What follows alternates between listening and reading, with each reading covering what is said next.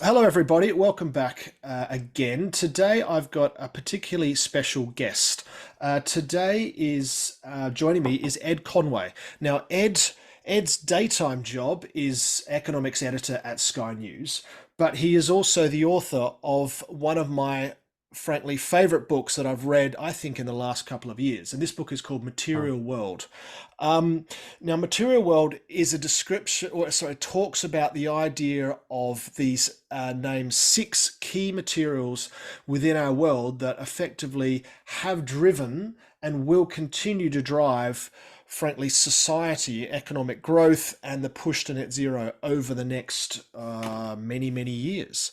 And so I've got Ed on today because I want to talk about this amazing book and get his views on not only net zero but the economics behind it and some fascinating insights into his book. So Ed, thank you for joining me. thanks, Adam. It's good to be here. Look, I want to kick off in terms of summary. And when I read this book, I think what strikes me about this book is I think this book is frankly about trade-offs, and it's trade-offs that Okay. people, I think there's a lot of polarization about the net zero world and what we need to do with to get there. And to be net zero, we've just got to do less mining. We've got to stop digging stuff out of the ground. And what your book tells me, or what I took from your book, is actually, like most things in life, this is a lot more nuanced, and actually there are going to be Hmm. significant trade-offs around how we continue to develop and grow society with it at the same time by not destroying the planet. Do you think Yeah. that's a fair assessment? I think that's definitely a part of it. So when I started writing the book, I didn't really see it as primarily a book about net zero. I kind of just saw it as a new prism through which you can look at the world, and just quite an unfamiliar one. In a strange way, this stuff should be obvious, but it isn't. What are the materials that keep us alive? What are the processes that civilization depends on? That stuff kind of should be obvious. And I kind of, it should be an integral part of economics. And yet, as an economics specialist, I found kind of coming to this world, there was so much that kind of took my breath away because it was so unfamiliar. And I think partly that's because we've forgotten, particularly in developed economies, particularly in places where manufacturing is a much lower part of GDP, particularly where most of us work in services. I work in services, you work in services. The vast majority of people in this country work in services. And that's where a lot of our wealth comes from. We've kind of just somewhat forgotten the basics of what it takes to get stuff out of the ground, to convert it into the products that we use these days, and what the kind of trade-offs, like you say, are along the way. And I guess as I kind of went deeper into that, I kind of found a couple of things. First of all, this book is about the six materials that you kind of, that we all need in the world, to keep our kind of civilization going.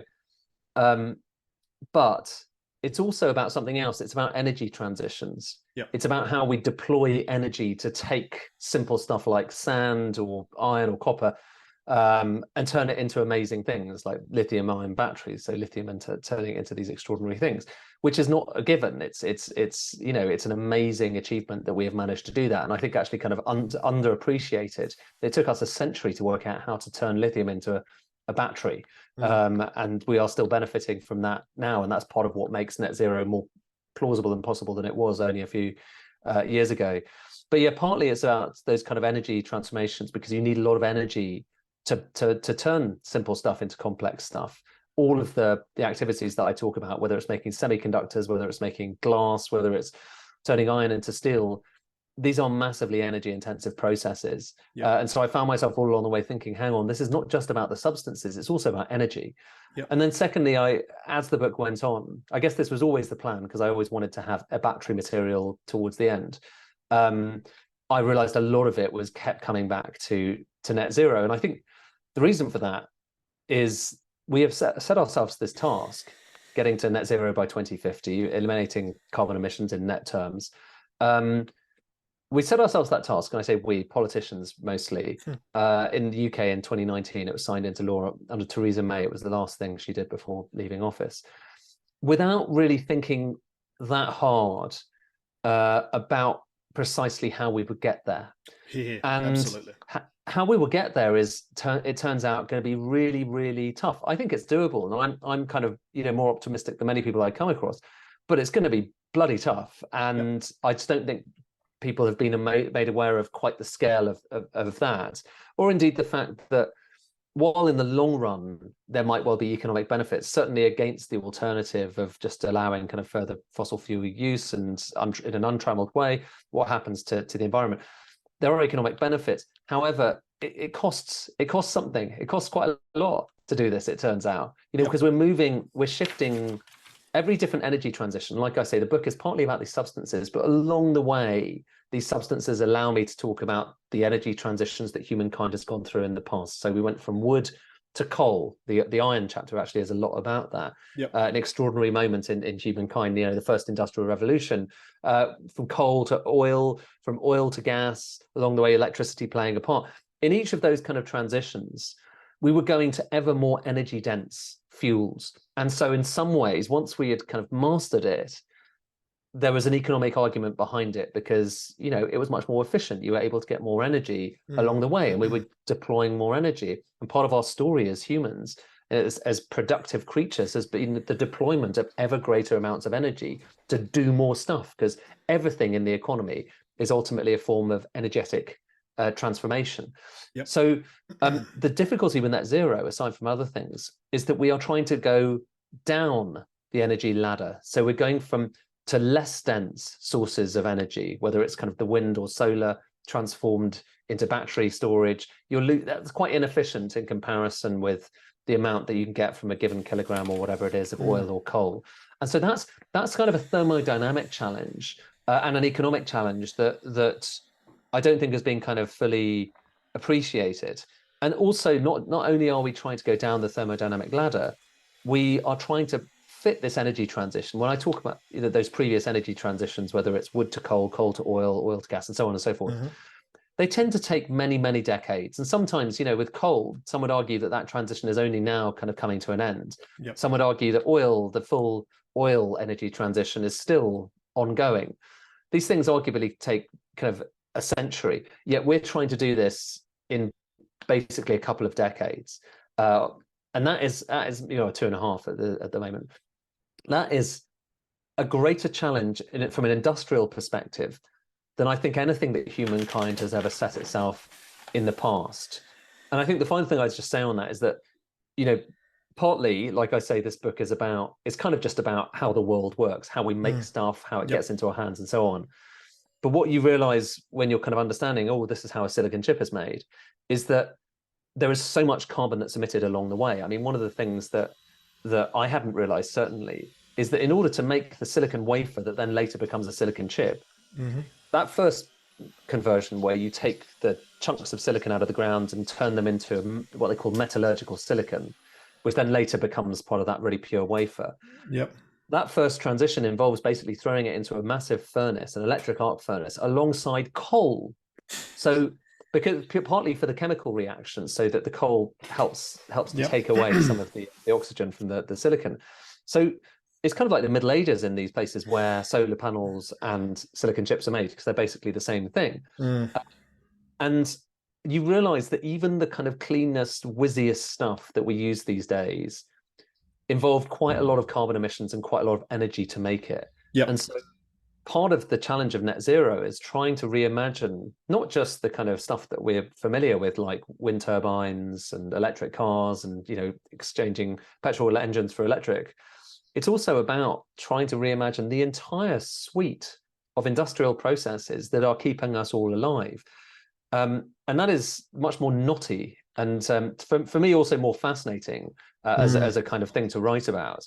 But also by the same token, it's challenging. I don't think we've quite realized the degree of, as you say, trade-offs, the degree of challenges that we're facing. Like I say, I go between kind of optimism, because I'm inherently kind of pretty optimistic about this, and desperate pessimism, because there's a lot of delusion about how easy this is going to be. Yeah. No, look, thank you. That was a great synopsis. And I think the optimism side, and certainly towards the end of the book, without jumping too far ahead and without giving the game away, I did feel as though you do strike an optimistic tone. I think it's in the last or second last or last chapter, and the way you describe the nature of use of fossil fuels in terms of through history, we have simply the energy transfer has been dig a fossil fuel out of the ground and just burn it, and then that Yeah, creates the energy. right, Whereas the right, modern way we're talking about is actually that fossil fuel, yes, that is still dug out of the ground,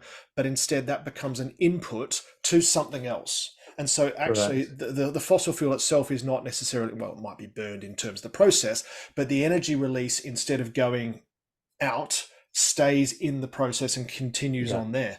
And yeah. I found that really interesting as well, because as you say, the idea of these making a microchip, making a semiconductor, is enormously energy intensive, and the idea of and so it's for everybody, hopefully. And well, this is again why I really enjoyed the book, because it gives people an understanding of, okay, there are still going to have to be this, we still should focus on carbon capture or whatever, but Mhm. actually it's done in a different, it's not in the way that you think. It's not in the way of just burning oil or burning coal and then capturing that, Yeah, which obviously is still important, but it's in all terms of the other processes. Um, yes, so brilliant. And I just wanted to, for the sake of, and I realize I didn't say this before, we've talked about the six materials, but I just want to highlight exactly what those six materials are for the listeners. sure. So Yeah, I they should have are said. they are sand, salt, iron, copper, and lithium. And the way I want to structure this conversation is kind of just in each, if you basically take a few chapters in each around each of those materials. So I just want to dig into some of them, because you've got some, like, I don't know, some great insights and some, frankly, questions that I've certainly raised. So you talked about silicon before. You talked about semiconductors. Yeah. So and the basis of that is sand. And let's start with sand. So sand, clearly, you talk about the idea of making glass, Hmm. important, concrete, and most importantly, semiconductors. And you mentioned Hmm. two specific in that sort of semiconductor supply chain. Effectively, you mentioned two different plants that actually are so instrumental to this process that it actually blew me away to think that this, where our entire world survives on effectively the idea of one particular mine in North Carolina called spruce Mm. pine. Can you Yeah, just talk a bit more about spruce pine and what actually that means and how important spruce pine is, because sure. no one's ever heard of Yeah. this before. No, I know, and it's so. I guess the genesis for this was that I wanted. I don't know if you ever. There's a great essay called "I Pencil" by a guy called Leonard Reed. It was written in the 1950s, and the gist of it was that he wanted to tell the story of how a pencil is made. So it's written from the first person, Yeah, I pencil, I think I've heard of and it. it's all about, like, it's kind of amazing. I remember reading it when I was kind of trying to get my head around economics years ago, and being like, wow, because it talks about, this is where the wood comes from, this is where the graphite comes from, this is where the eraser comes from, and the zinc that kind of goes on the end of the between the wood and the eraser, all that stuff. And it's basically kind of making a point, which is that this is an incredibly complex supply chain for that most simple of all things, a pencil. And part of the point that back at the time was it was kind of anti-central planning. So this was during the Cold War. Milton Friedman championed this essay because he saw it as being a really good example of why the market works. And indeed, that's true. No one in the pencil supply chain knows precisely how to make a pencil. They just know how to Mm. make their little bit of it, the wood Yep. or the graphite or whatever it is. And I kind of wanted to do the same thing ish with silicon chips. So I kind of wanted to start where the physical stuff comes out of the ground and go all the way through to the end point, the mobile phones that we have, the smartphones we've got.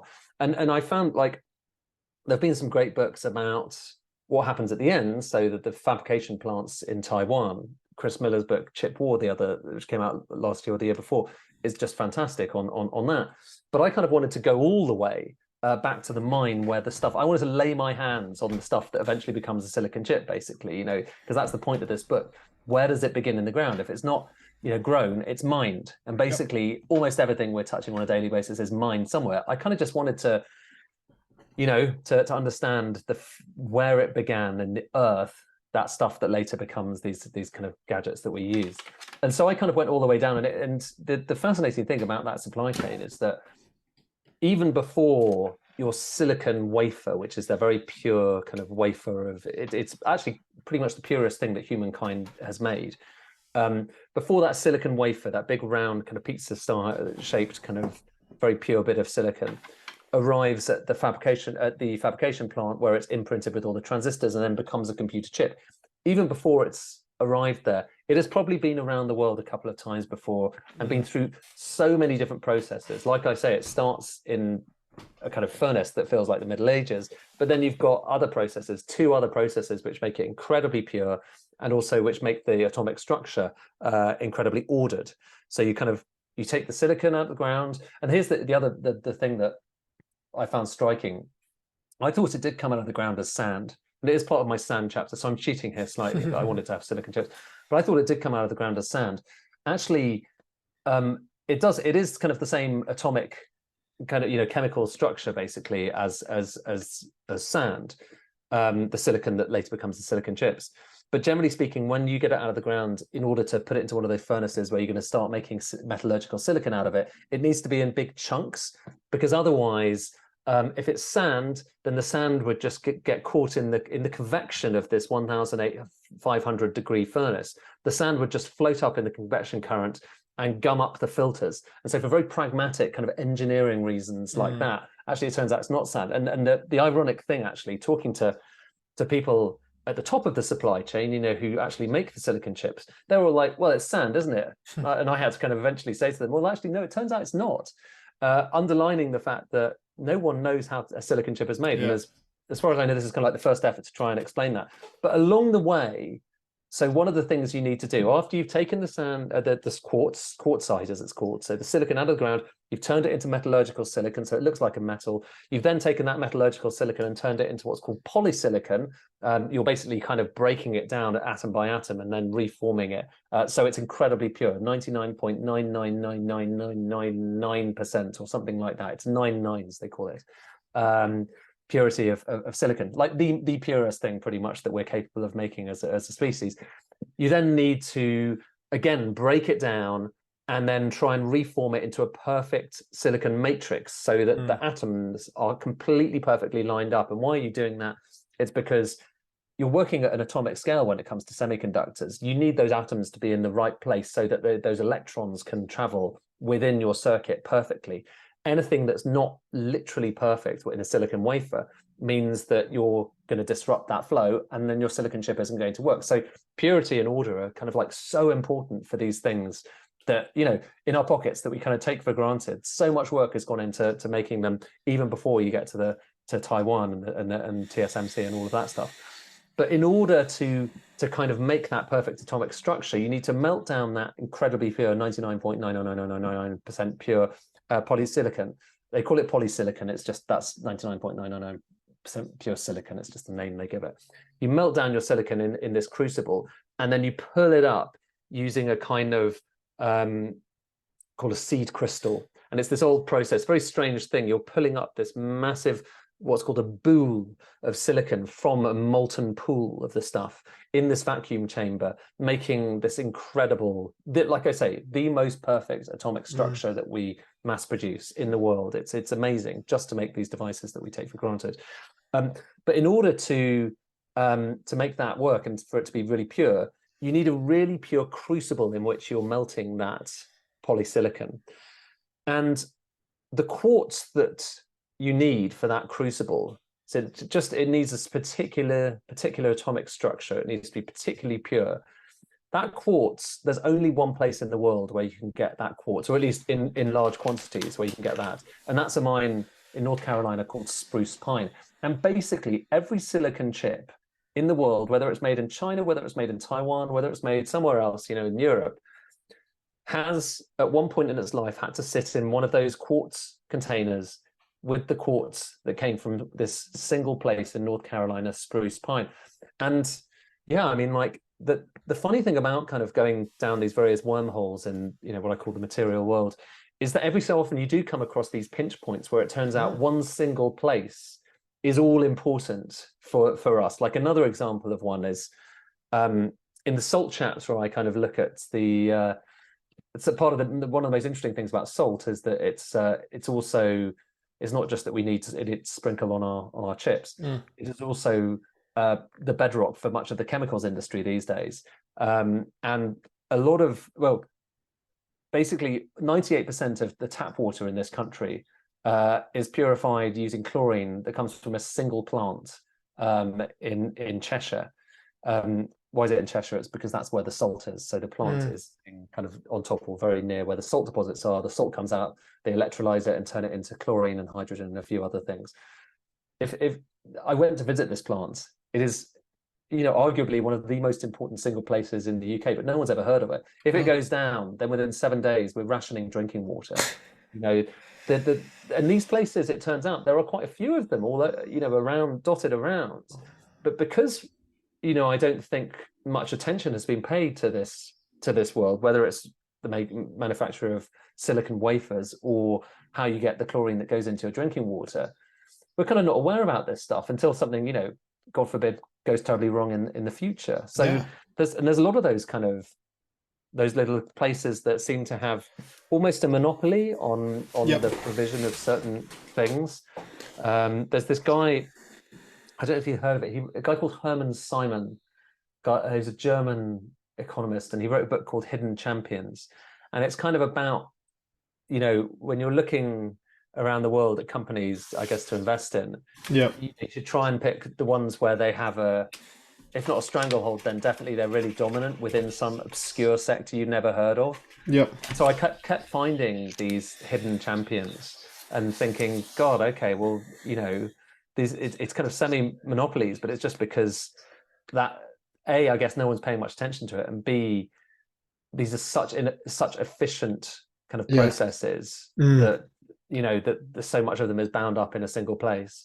Well, I think that's when I was reading this with my investing hat on, I was thinking, because as an investor, you always look for scale, you look for companies that have a natural moat, as Warren Buffett describes it, and being the global dominant monopoly player in a super critical infrastructure is as big as moat as you're going to get. Can I just go back to sand and spruce pine and silica for a second in terms of the chips, because the idea, and this is actually just extending this conversation a bit more into probably your day job, if you like, but if we extend this to slightly to say, okay, Taiwan Semiconductor is significantly important to the global, almost probably the most important, you could argue, company to the global world that we exist in. And also there is, you could argue that potentially it is actually significant with the idea of China going into Taiwan. That is almost, that particular company alone is the single biggest pinch point around the global economy in terms of, if that happens, and if Taiwan Semiconductor is effectively knocked out as far as a valuable supplier of chips, then the entire, I'm not going to say the entire world economy comes crumbling down, but bad things happen. So you mention also in your book about how, because of this particular, the crucible or the silica, that China has had trouble actually producing the advanced semiconductor chips. And that's been backed up by a number of other news reports, and how China still continues to have trouble. Well, you mentioned the idea of making their own ballpoint pen. They've hopefully solved that one. But B, making these advanced semiconductors, and it's still a point of discussion between the US and and China in terms of this.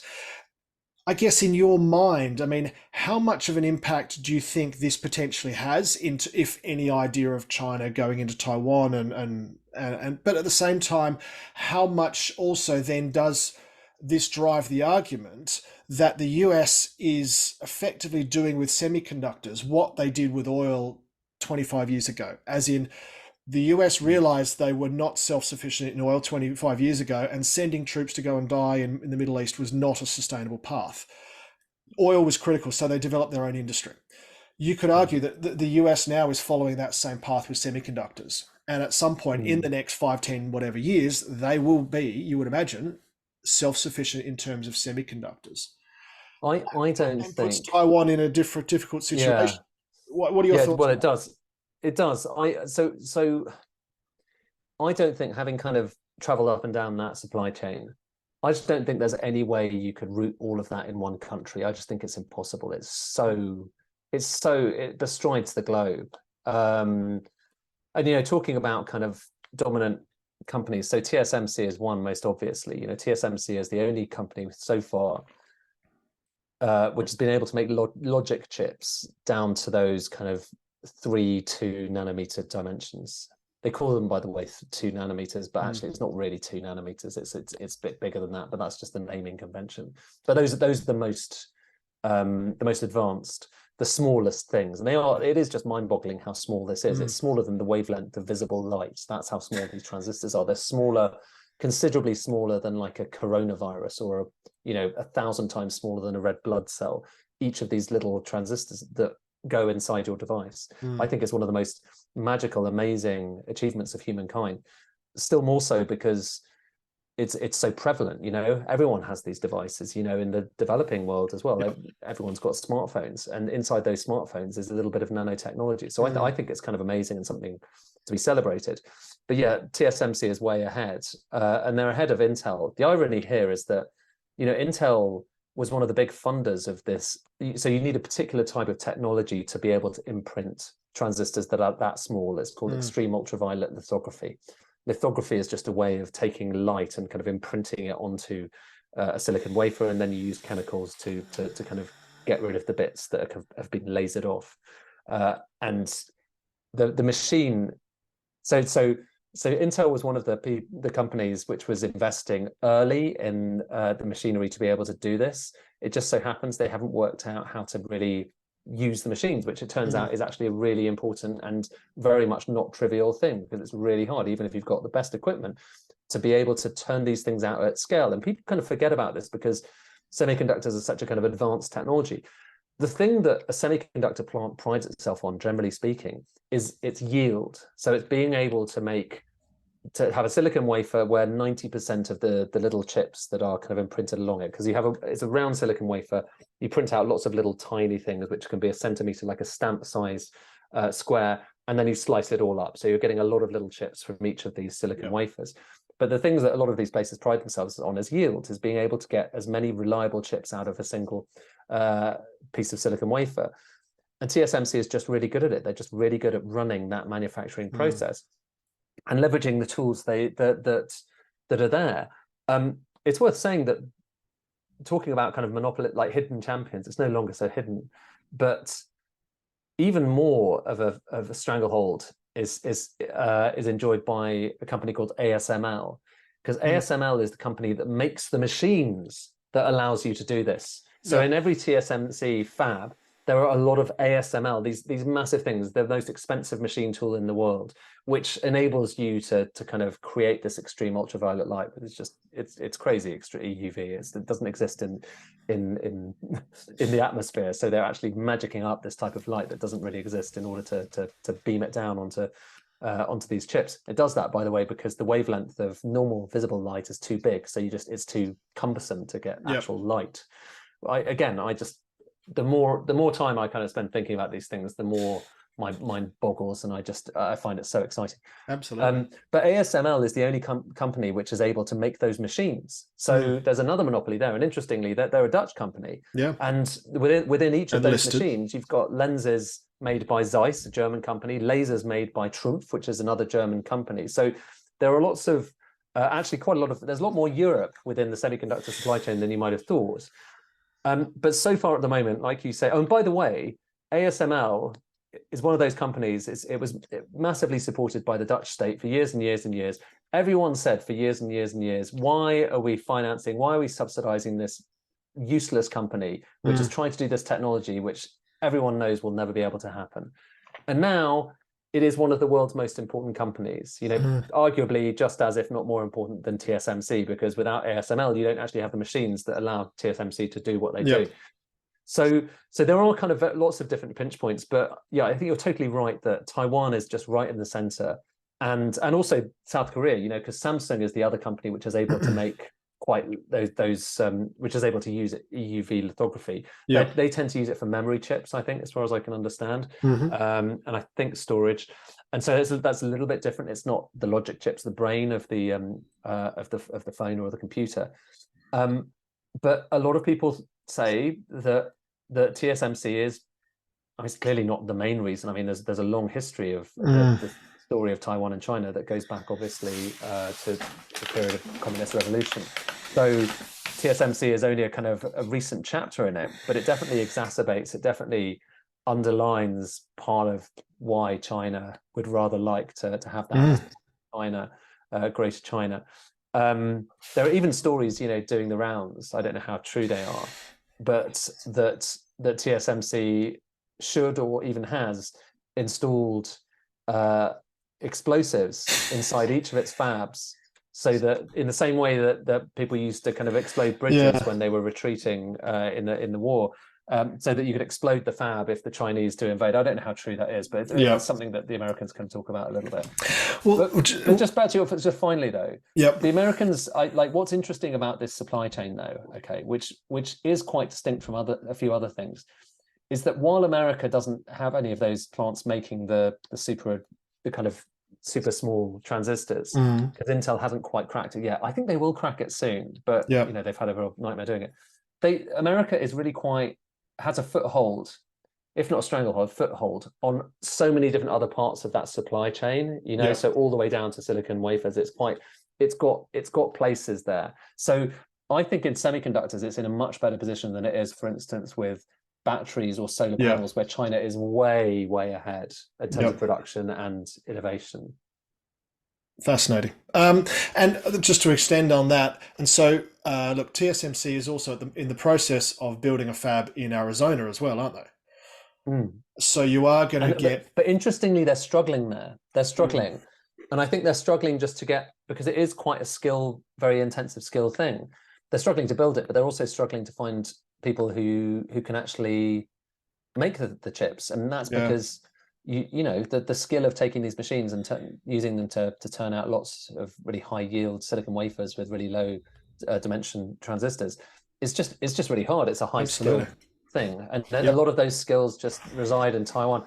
And historically, I mean, this is the interesting thing. Historically, they've always been a bit nervous about allowing that to go elsewhere, so they do have a few other plants elsewhere, but whether you're really going to see the super advanced chips being made there, I don't know. So we'll see what happens in Arizona. Let's see. That's a fascinating area. Now, we touched on salt previously before, and I'm just conscious of time, so I'm going to jump over salt and head into iron. And iron clearly is the main one of the main inputs of steel, and really kind of steel in terms of our modern world, and going back 100, 150. Don't know when was steel first melted. Maybe 150 years ago, the steel age. Also Bessemer, it began with Bessemer, like in earnest, the modern steel age. I mean, still they've been making steel really for thousands of years. It's just and steel is just literally iron, super pure iron with a bit of carbon and a few other things in it. It's an alloy, but it's so confusing because there's things like pig iron and other types of iron, but actually steel is basically a very pure type of iron that's got just a bit of carbon that allows it to be super strong and kind of resilient. And you talked about, not only did you talk about the idea of going into a steel furnace and just effectively the medieval nature of watching this, and just I can imagine the noise and the smell and the heat of sort of Dante's Inferno type sort of scenario. You did talk about the idea that steel is about to go through the whole steel industry, which is significantly, it does feel a bit medieval in terms of the way, and we still we know the basics, but you talked about the idea it's going to go through, it's about on the precipice of another transformation. Can you just talk through more of that? Yeah, so when we're making steel, you are taking rock and turning it into lava, which in turn gets turned into metal. So there is something very primal about it, and definitely, I went to see a blast furnace a couple of times and also electric arc furnace, and there's something when you see it there, you smell it and you witness it. It is an extraordinary thing to behold. But the way that I mean, we're always advancing and improving and making processes more efficient. Okay, so but the basic notion of blast furnaces and then turning that into steel, the basic kind of parameters of that go back decades, if not centuries. So it's pretty, like you say, it's pretty old school. got to be slightly hesitant about that, because it's certainly true that we've refined how good we are at making it over the years, and the steels that we turn out, standard vanilla kind of steels that we turn out these days, are so much better than the stuff that we used to turn out back, kind of a century ago. So things have improved, but the problem here is that the main output, so the main product of a blast furnace, is not steel, it's carbon. In terms of weight of stuff coming out, carbon dioxide is by far and away the biggest product, because in order to take that rock, that iron ore, and rip away all the oxygen from it, you need a lot of coal that goes into the blast furnace, and that in turn it's coking coal, so it kind of then rips away those atoms. And the difficulty here is you're using the coal, you're using it basically for a chemical reaction. And that chemical reaction, what a blast furnace is basically an enormous chemistry set. And we still just haven't come up with a way of making large quantities. That matters, by the way, large quantities. So it's really important, the scale of these things. We haven't come up with a way of doing it without emitting enormous amounts of carbon. And steel making, there's only, I'm trying to remember the numbers of them. I think there's less than 1,000. There's a very finite number of blast furnaces around the world. I've got the number in the book. It's a really surprisingly small number of these furnaces. This relative handful of furnaces are responsible for something like 7-8% of global carbon emissions. Wow. So, and Port Talbot, which is the biggest blast furnace, there's a couple of them there in Wales. It's the steel making place for tartar these days. That is the single biggest carbon emitter in the UK. And it's the same thing, I imagine, for all of the ones in China. So China massively dominates it. It's crazy, actually. Yeah. I think the statistic is, in the last year and a half or 2 years, China has produced more steel than Britain, the place that invented modern steel making, has in its entire history. And it just churns it out kind of every year. But here in the UK, we are, in particular, we've got these blast furnaces. We don't make much steel via what are called electric arc furnaces, and that's totally illogical, because electric arc furnaces, what they do is they basically take old scrap steel, and we're really good at recycling steel.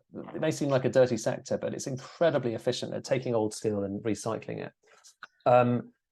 And we just don't have many of them in this country. Instead, what happens is we ship off all our old steel from cars and buildings and everything off to Turkey, and then it gets put into electric arc furnaces or used as scrap over there. Whereas here, we don't really do much of that. And so the big thing that's happening in the UK industry now is they're going to get rid of those blast furnaces in Port Talbot and replace them with electric arc furnaces, where you basically throw in old steel, you mix it up, you have a little bit of virgin stuff in there, a little tiny bit of coal, but it is much less carbon intensive. So you are creating a much more sustainable way of doing it. Now, that's fine in a country like the UK, where you have quite a lot of scrap steel already. But it's not going to work in places like, Africa, where you're going to need crazy amounts of steel in the future to build the infrastructure that you need, particularly in sub-Saharan Africa, parts of Asia, parts of South America. And so there you still probably do need virgin steel making. Yeah. And again, we're still at the early stages of working out how to do that without emitting much carbon. There's something called, hydrogen DRI, direct reduced iron, I think it is. And so there are kind of, there are new technologies and new opportunities, but the difficulty with all of these things, and it goes for cement and concrete as well, which is another topic I talk about in my kind of sand section. What makes cement and steel so important to the world? In the world that you kind of walk around, there is an enormous amount of concrete, an enormous amount of steel. And particularly in urbanized centers, you just can't have cities without steel. You can't have them without concrete. Especially when they go together and reinforced concrete. It is everything, every building, particularly modern buildings, you can look at, they need these things. What makes them both so effective as materials isn't just that they are really good at doing what they do, and they are really good. They're kind of really strong, they're really firm, they've got this kind of resilience as building products. It's also that there's just a hell of a lot of them out there. It's very easy to get hold of them, and it's very easy to deploy them. So, laying down ready-mixed cement is actually pretty straightforward.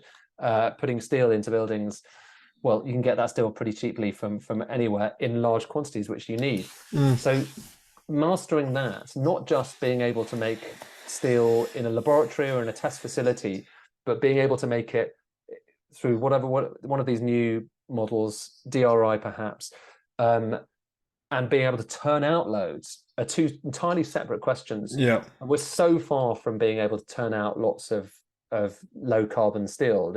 In Sweden, they're doing some amazing things with it, but it's still tiny quantities. And so that's what I think hasn't been kind of fully appreciated. It seems like it's kind of a slightly boring, tedious point to make, but it's like everything. Scale is everything. Yeah. You can make low carbon cement, for instance, in a laboratory very effectively. You can make amazing low carbon cements, but they're quite arduous to make. Whereas, can you really imagine, for instance, that there's one type of cement that is almost kind of carbon negative, but you need to lay it down inside a chamber full of carbon dioxide. So it needs to set within that environment. Can you imagine having to impose that on your average building site where people are just pouring kind of cement and concrete into a kind of wooden mold? Yeah. So the practicalities, you keep coming back to this thing in the material world. It's about the practicalities of taking stuff and turning it into the environments that surround us. And the idea of as you said, sub-Saharan Africa and emerging Asia. I'm thinking kind of the building sites of Bangladesh and the building sites of Nigeria, where they simply have, the local economies just have this demand. They just need buildings built. They need bridges, they need buildings, they need roads. They just need this stuff built, and they're going to do it in, frankly, the easiest, simplest way they can do it. Without necessarily taking cheapest and most importantly, and not most, but one of the most important. So the idea of them not having that, but I guess the idea of this technology can make leaps to this world, because as you rightly highlighted before, the iPhone and mobile and actually has leapt. The iPhone leapt to emerging countries where banking, traditional banking hadn't reached emerging economies yet. Banking on your iPhone did, and it jumped over potentially traditional banking. So look, I totally get it, and there are challenges, significant challenges around to do this, and look, I think you've highlighted them. There's leapfrog technologies, isn't it? And those, and it's quite exciting in some ways. Like China's actually a good example of this. China has really struggled to make a domestic car industry when it was internal combustion engines, because it's just quite hard to make an internal combustion engine. It's like there's a reason why it's been Europe and a few other places, Japan and the US have been so dominant there. China really struggled, but then making an electric car is a very different kind of business, and they've just had leapfrog and now completely kind of dominate that field. And it could be the same with lots of other technologies. Absolutely. And that's going to segue nicely. I'm going to jump to, using that segue, going to jump to lithium, and then we might come back to copper. Let's see, we've got time. But you mentioned before around lithium, and the idea that this is, in terms of the energy transformations, and this potentially is the next energy transformation that we're going through with lithium. And you talked about the idea of today, and also in the book, how China is really leading the way. One thing that struck me around lithium is the idea that it's for a potential substance or material that is so vital to the next century. There's a lot of people who really don't actually want to make it or produce it, and there are significant hurdles around, frankly, producing lithium. Do you want to kind of talk about that a bit more? Yeah, well, so I went to the Salar de Atacama, which is in Chile, and it's the world's biggest single reserve of lithium. It's kind of an amazing place. It's up in the high the altiplano, so it's a very dry, kind of desert-like mountainous area just on the foothills of the Andes, really. And it's a very strange environment. It's partly down to the geology and the weather conditions of the Andes that this place exists, that you have this big pool, and it's essentially a salt flat, and underneath the salt is a lot of lithium brine. So there's this underground reservoir that has this kind of briny lithium stuff, salty brine. And interestingly, the way that you're getting that out is very similar to the way that the ancient Phoenicians used to get salt out of seawater. It's the same thing. You evaporate away the different salts, and eventually you're left with lithium. But this is one of the driest parts of the world, and there's an enormous amount of local resistance to Mm. these big places making lithium. In fact, part of the reason that Chile is kind of actually struggling to make as much lithium as it would like to right now is because of various restrictions and regulations Yeah. about how much it's allowed to. And Chile Mm. might well get overtaken. It's already been overtaken by Australia, because in Australia, the way they get their lithium is very different. It's hard rock deposits, and basically it's Yeah. more like traditional mining. You blast it out, and then you take that rock and you kind of grind it down and set it, use pyrometallurgical things, which basically means lots of heat, and you end up with lithium that way as well. And they're able to turn out far more. In fact, most of it gets refined in China. That's the other kind of big part of this. But in Chile, it's difficult because we're kind of at the beginning of a new frontier here. We've got lots of history of mining iron and copper, and I will talk about copper because in some senses sexy things like lithium get a lot of the attention these days, but actually I think kind of it's the boring stuff like copper that is even more important possibly. But we've got lots of experience of mining that stuff. We don't have much experience of mining lithium. It's a very new thing, and that's what makes it quite interesting in this book. We have an opportunity to try and do it in maybe a more enlightened way, because a lot of the mining of the other stuff, as you'll have seen from the book, is really dirty, and there's, I'm sure, a better way of doing it that doesn't involve as much damage to the environment. But it's, by the same token, it is because it's kind of new territory. We need to kind of we need to basically ratchet up our production quite quickly. I'm not especially worried about us kind of not having enough lithium. I think there's pretty much every study shows there's plenty of lithium. There's not going to be a shortage. And actually, there was a recent discovery of a load of lithium in America and certain types of clays. Still question marks over about how easily you can extract it. But we're not going to run out of this stuff. But we need a lot of it because, like I say, one of the kind of most extraordinary achievements of the last few decades was the invention of the lithium-ion battery. We take it for granted because it's in our smartphones, it's there, and it's just like, it's a battery. Okay, who cares? We've got other rechargeable batteries. Why do you care about lithium-ion batteries? Well, back in the early days of the motor car, there were electric cars. So for a brief period at the start of the 20th century, you had electric cars, you had petrol engine cars, and also steam cars. So there was a kind of three-way battle between these different kind of energy sources. And in the end, the petrol engine won. And part of the reason it won out against the electric car, which was doing pretty well and for a while was more popular, was just because the batteries were rubbish. They only had lead acid batteries, that same type that you have in your kind of petrol car these days to start it. They only had lead iron batteries, really heavy, not very efficient, not much range, all of that stuff. And so they were just a bit useless. It took pretty much 100 years, the best part of a century, to invent the lithium-ion battery. Everyone knew, just looking at the periodic table, that lithium ought to be the best battery material, and it's still, there is nothing else that comes close when it comes to the energy storage than lithium, just in terms of its kind of chemical logic. But it took so long because it's a very volatile substance. It took so long to actually invent the batteries. So we now have them invented. We're going to have to turn out incredible amounts of them, and if we're going to have the electric cars that everyone's going to be driving in the future, and for that matter, all of the kind of devices that we're continuing to use, that is going to involve a lot more exploitation. It's going to involve uncomfortable conversations about where it comes from. But like I say, I think it's not that we don't have it. It's that there's I think part of the resistance these days isn't so much about the availability. It's just about the willingness of people to actually go and mine it. And that I suppose that brings us kind of back to copper. Like, we've got thousands of years of experience of mining copper, but basically we've got a lot of the easy stuff. So a lot of the easy stuff is now kind of out of the ground. The stuff we're going to have to get in the future is going to be much lower yield, or we're going to have to go to places where in the past we've always been a bit reluctant to get it. Like, for instance, countries like the DRC, the Democratic Republic of Congo. That's where a lot of the cobalt, most of the cobalt, comes from.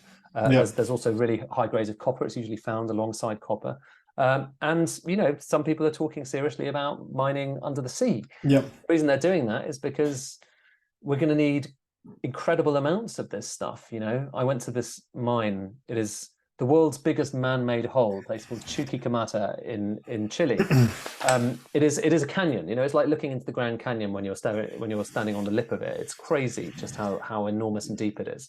But we need another 3 of Oh, those every year to satisfy those, you know, demands for copper, if we're going to have enough copper for electrification, because you need more copper in an electric car than you do lithium. You need more copper in all the grids, for instance, that are going to kind of traverse the countries. And that's, by the way, another thing. We need enormous amounts of investment in grids. It's very yeah. unfashionable to talk about grids. It's getting more fashionable Mm. to talk about grids, but it's like that is a massive thing. Copper to go in transformers, copper to go into all of the different production of all the different cables and things. So I think in a way, I'm more worried about copper availability than I am about lithium availability in the future. Yeah.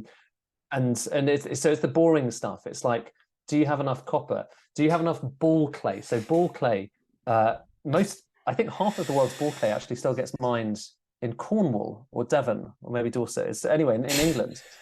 And you need that ball clay for some of the insulators that you have in transformers. Right. So like around the world, you know, in India and China, there's British ball clay on all of these big kind of high voltage transformers and things. And so it's boring stuff like that matters just as much as the sexy stuff.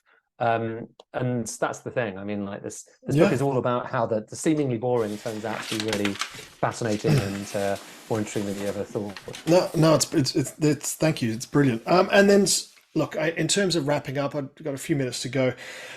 I just want to read back to you something which kind of threw me out in terms of when you talked about the kind of the idea of the single switch on and the inherent problems that we have in terms of continuing to develop and this energy transformation and what we need to do. And you talked about the idea of to replace a small natural gas turbine which pumps out energy to 100,000 homes. Okay, to get the energy to do that, we need 20 wind turbines. Fine, okay. Wind turbines, you think that's okay, but then the wind has to be right, all of that stuff. But what was actually, and you think the trade-off, okay, that sounds reasonable. But then the thing that struck me is to build the wind turbines, we need 30,000 tons of iron, 50,000 tons of concrete, 900 tons of plastic and fiberglass, and 540 tons of copper. That's to build those wind turbines. So yes, that is, yes, we're going to a renewable energy source, but to get to that point requires an enormous amount of these materials coming out of the ground. Yeah. And that really just struck with me. There's their challenge. Yeah, and that goes back to where we started, really, the scale of the challenge we've set ourselves, because it is inherently quite a big infrastructure challenge. Yep. And that's before you kind of get to the thing of like, you have to reimagine the whole nature of electricity grids, because in the past it's always been the case that you have power stations dotted around the country, mostly near to the urban areas where they're most needed. Now you have wind turbines and maybe solar panels, but in our case, mostly wind turbines where the wind is, and the wind isn't in the same place. So the wind is off in the North Sea, and so you need to find a way of getting it from there to here. So that means even more infrastructure than those simple amounts that you were describing there. And so, and also, by the way, you need a lot more wind turbine megawatt kind of availability than you would with a kind of a power station, like a gas-fired power station, just because the density of the inherent kind of intermittency of it. So you need to basically be able to overshoot what your potential need is, so that you can then balance it out and have a lot more that then goes into storage and then can get kind of stored in the future. So the scale of it is pretty mind-boggling. The degree of these boring minerals that we will continue to have to mine to fulfill all our promises is extraordinary as well. I don't think, like, the thing that I struggle with a bit though is, so some people understandably when they hear about this stuff think, well, it's just too difficult and we've set ourselves too hard a task, so why are we even bothering with it? And I think these days that's what a lot of people, a lot of the kind of skeptical voices are no longer so skeptical about the kind of the climate science and are slightly more skeptical about our ability to achieve it. Yeah. But I think the thing that I kind of look at is, first of all, we've just we continue to kind of get better and better at making these things for smaller costs. So the learning curves that we have, which reduce your average cost of making your given battery or wind turbine or solar panel, you know, those costs are going down, and we're getting better and better at making this stuff, which is kind of amazing. It's been the case, by the way, for other stuff as well. Humans just get better and better at making Yep. things over the years, and it's one of the I think the unchampioned kind of economic phenomena. But I think partly thanks to that, and partly there's so much of the stuff that is in this book, like making the silicon chips using extreme ultraviolet lithography. A lot of people back in the kind of 70s and the 80s, when people were first starting to think about it, said that it was just going to be impossible. It would never happen. It was too big a feat. A lot of people said that, you know, when we forgot the recipe for concrete, for cement, you know, the Romans knew how to make cement, and we forgot it for more than 1,000 years, that we'd never rediscover that recipe, but we rediscovered it. And a lot of people said that silicon chip, the solid state semiconductor, would never happen, just in the same way that some people are skeptical that the solid state battery will never happen these days. That's one of the next things to happen. So there's always naysayers and skeptics, and yet we do seem to be pretty good at actually kind of innovating on this stuff. It just sometimes takes a bit longer than people expect. And so I'm kind of both at the same time kind of quite nervous about the coming years, because like I say, I don't think we've wised up to how big of a transition it is, but also quite excited about it, because, you know, when else in recent history have we set ourselves the task of having to achieve an industrial revolution, which is basically what we're going to have to do here. It is reimagining the nature of how we make stuff. It's an industrial revolution, and so we've set ourselves this massive task. In my kind of day job covering economics, you know, people have been moaning for the last 2 decades really about how we've been stuck in secular stagnation, about how productivity has been disappointing for all that period. Well, we have the single biggest opportunity here for potential productivity gains. Yes, massive challenges on the energy side, but there's opportunities there. So I'm kind of excited as much as I am terrified about it, and that by the same token means there are big opportunities out there for anyone, you know, who wants to seize them. It doesn't look like the UK is seizing as many of them as it you know, perhaps did in the past.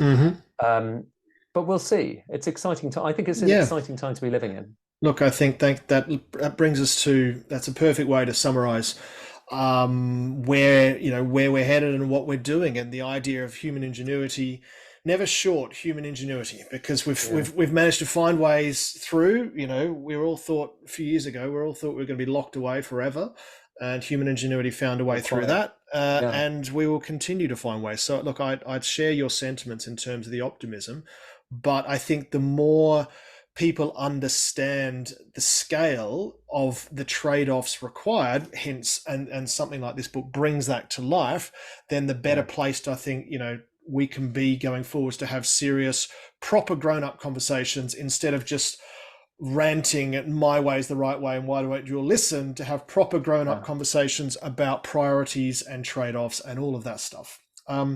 But look, Ed, I've taken you for too much time, so thank you so much for your time. I really appreciate it. If anyone, I'm just going to put up on the book, if anyone's watching, there it is, Material World, Ed Conway.